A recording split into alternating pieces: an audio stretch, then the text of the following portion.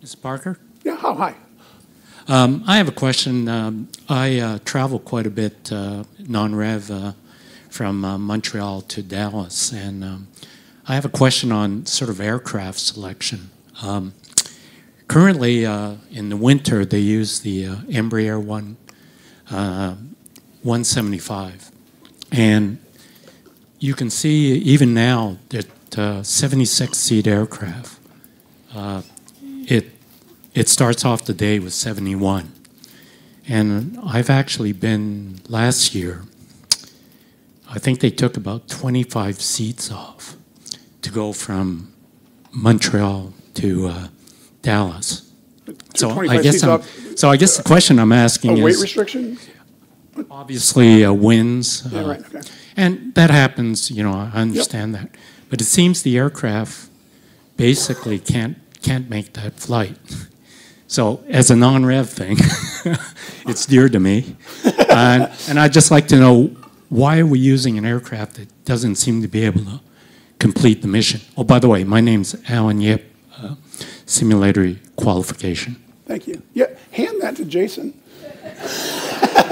Thanks. I'd like to know the answer to that too. We shouldn't try and put airplanes on routes we have to always take weight restrictions. We do look at what the capabilities of the planes are when we do them, and that is part of the equation. And we do schedule some aircraft where we know we'll take weight hits and stuff, and that's factored into the equation.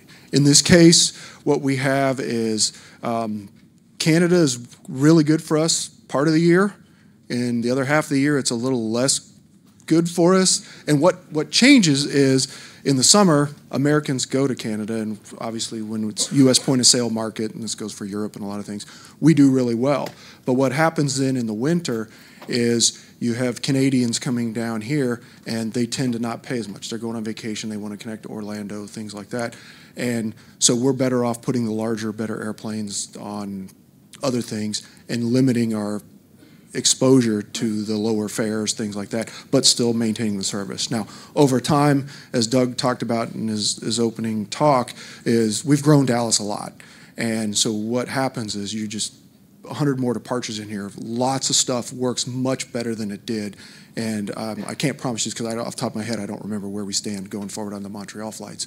But you will see things like Montreal. I know Calgary, we actually did do this, where we are upgauging from 175s to mainline jets, at least in the peaks. And if that continues to work and we continue to flow more in, it continues to feed on itself, and you keep doing that. So at some point, it hopefully will be a larger aircraft. But that is why we do make conscious choices of that sometimes based on the demand patterns and things like that. So. Thanks, Jason. What else?